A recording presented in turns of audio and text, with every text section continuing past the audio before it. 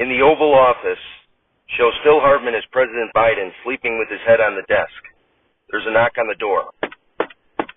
Hartman raises his head and says, "Now come on, man. The point is, now listen, the fact is," Denitra Vance, as Susan Rice walks in and says, "Mr. President." Hartman, "Yeah, what is it, Susie Q?" Vance, "It's time for your 11:30 photo op with the girl who sold the most Girl Scout cookies." Hartman, "Oh, very good. Send her in." As Vance leaves, Gilda Radner enters the office as a Girl Scout, with Chris Farley as a photographer behind her. Hartman gets up from his desk, approaches Radner, puts his hands on her shoulders, and begins sniffing her hair. Hartman, "So you're an herbal essences girl, huh?" Radner, "How did you know, Mr. President?" Hartman, "Oh, come on. I've been sniffing little girls' hair for a long time." Hartman and Radner pose as Farley takes pictures. Farley leaves the room. Radner, "Well, I guess I should be going, Mr. President." Hartman, "Nonsense. Now, come on. Why don't you take a seat so we can talk for a while?" Radner, "Okay." Hartman sits at his office desk while Radner sits in a chair opposite the desk. Hartman, "Now, I always like to ask young people what they think of the goings-on in the country. Keeps my mind young at heart to know what you're all thinking about. So let me guess. Are you curious why there aren't more rainbows and butterflies?" Radner, "Actually, Mr. President, I had a question about our health care system." Hartman, "Oh, come on. That's a great topic, young lady. You know, when I was vice president, we passed the Affordable Care Act. And my administration has, Hartman looks through notes on his table before continuing, has improved upon it. Yep, that's right. Anyway, what question do you have for me?" Radner, "Well, American taxpayers give the government money, and then the government gives that money to for-profit insurance companies." As Hartman begins to look confused, Radner continues, "Meanwhile, these insurance companies, after receiving money from the government, provide us with health insurance after getting even more money from us from deductibles. Companies like United Health and Aetna collect over 70% of their revenue from government programs. Humana, 90%. Hartman, "Well, now look, the thing is, now come on, the fact is this has been a great conversation. But the point is, we could have more rainbows if we just wished upon a star." Radner, "If I may finish, Mr. President, these health plan businesses wouldn't be able to profit without our tax money, yet medical expenses are the biggest cause of bankruptcy in this country, while those same companies I just mentioned made over $40 billion in profits in 2021 alone." Hartman, "Now here's the deal. What's your name, young lady?" Radner, "Lisa Van Houten." Hartman, "Well, Miss Van Schouten, the fact is, now listen, the point is, how many Girl Scout cookies did you sell this year?" Radner, "We're getting off track, Mr. President. It's not just healthcare that taxpayers are propping up. It's pharma, oil and gas, and higher education." Hartman, "Now, Miss Van Houten, where on earth did you get all these crazy ideas in your head anyway?" Radner, "Jon Stewart?" Hartman, "Jon Stewart? Now come on, is he still on the air?" Radner, "On Apple TV." Hartman, "We're putting TVs in apples now? My God, I gotta stop snoozing during my briefings." Radner, "Anyway, taxpayers are subsidizing these industries who take their profits, and then we still pay a, quote, free market rate for their products. It's a classic double dip." Hartman, "Now speaking of double dip, now come on, Miss Canflouten, do you have any of those double chocolate chip cookies with you there?" Radner, "I feel like you're not even listening to me, Mr. President. Our tax system redistributes wealth away from the middle class and gives it to these large organizations. And then we don't even get to have a say with how they operate. For a decade, our tax money has funded every pharmaceutical to hit the market. And then we pay more for medicine than any other developed country. 70% of revenue for for-profit universities comes from the government. And tuition is way more than normal families can afford.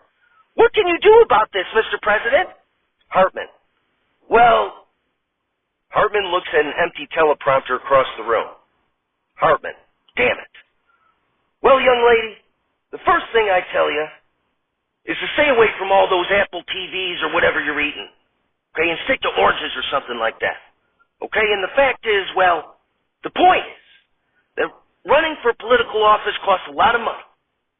And all those nice corporations you just mentioned, well, here's the deal. They pay the way for all us Johnny and Janie politicians to get the privilege to come here to Washington to give them all of your tax money. Radner. Oh! Hartman. That's right. But don't worry, darling. Everything's under control. And dead from the earth, we're not alive. It's Saturday Not Alive, starring John Belushi, Chris Farley, Phil Hartman, Jan Hooks, Norm MacDonald, Gilda Radner, Denitra Vance, and with many other special deceased contributors. Musical guest, Harry Belafonte, and your host, Miskell Spillman. Everybody, Miskell Spillman. Applause, applause, applause. Shows John Belushi and Jan Hooks in the locker room. Hooks. I think it's pretty exciting that we're having Miskell Spillman host the show. Belushi. Miskell Spillman sounds familiar. Who's that again? Hooks. Oh, come on, John, you remember. She was the winner of SNL's Anyone Can Host contest that they had back in 1977. Belushi. Oh, that's right. I just ran into her in her dressing room like 20 minutes ago. Now, when she hosted SNL, she was like 80 years old or something like that. And I was worried she was going to forget. Belushi looks at the cue cards. Forget her lines. Buck Henry enters the locker room. Hooks. Hey, Buck. Belushi. Hey, Buckaroo, how's it going? Henry. Hey, guys, have either of you seen Mrs. Spillman recently? Belushi. Yeah, I just saw her in her dressing room about 20 minutes ago. Henry. Well, you know, I checked in on her, and she's lying on her back looking at a bowl of fruit with her radio turned on full blast. Hooks. Well, she died pretty old. Maybe she's just hard of hearing? Henry. I don't think that's it. She's acting very strange. Belushi. Well, she was a little nervous when I saw her, so I just told her a few things to loosen her up. That being nervous was natural, that we were all a little nervous too. So then her and I smoked a joint and she calmed down. Henry. You smoked a joint with Mrs. Spillman? Belushi. What? It works for me. I figured she needed it. Come on. Henry. Does she even know what it is? Belushi. I told her it was a French cigarette. Hooks. John, how could you? Henry. John, your joints overwhelm even an experienced drug user like myself. Belushi. Guys, relax. I smoked a joint with her when she hosted SNL too, and she did a great job. I'm sure she will again. Henry. Well, I'm going to go out there with her and make sure she can handle it. Cuts to the stage where Spillman walks out in a daze, carrying a basket of fruit. Henry runs on the stage to join her. Applause, applause, applause. Henry turns to Spillman and says, Do you want me to take that fruit for you? Spillman shoos Henry away. Henry. Okay, well, 46 years ago there was a contest. No, not to see who could hold off from masturbating the longest, but instead a contest called the Anyone Can Host Saturday Night Live contest. There were 150,000 contestants roughly, and there were 5 finalists presented that I had the privilege of presenting on an episode I hosted. And the final votes were tabulated, and by a margin of 15,000 votes, I am honored and pleased to present the winner of the Anyone Can Host contest, Miskell Spillman. Applause, applause, applause. Spillman gives the fruit basket to Henry and says, I got it from here, Buck. Henry nods and leaves the stage. Spillman. Wow! It's like deja vu all over again. There's so much happening, but it all seems like it's happening in slow motion. I mean, am I making sense, or am I blowing it? I probably shouldn't have smoked that joint with Belushi. Who am I kidding? I love getting high with Belushi. Anyway, I'm happy to be hosting a comedy show once again.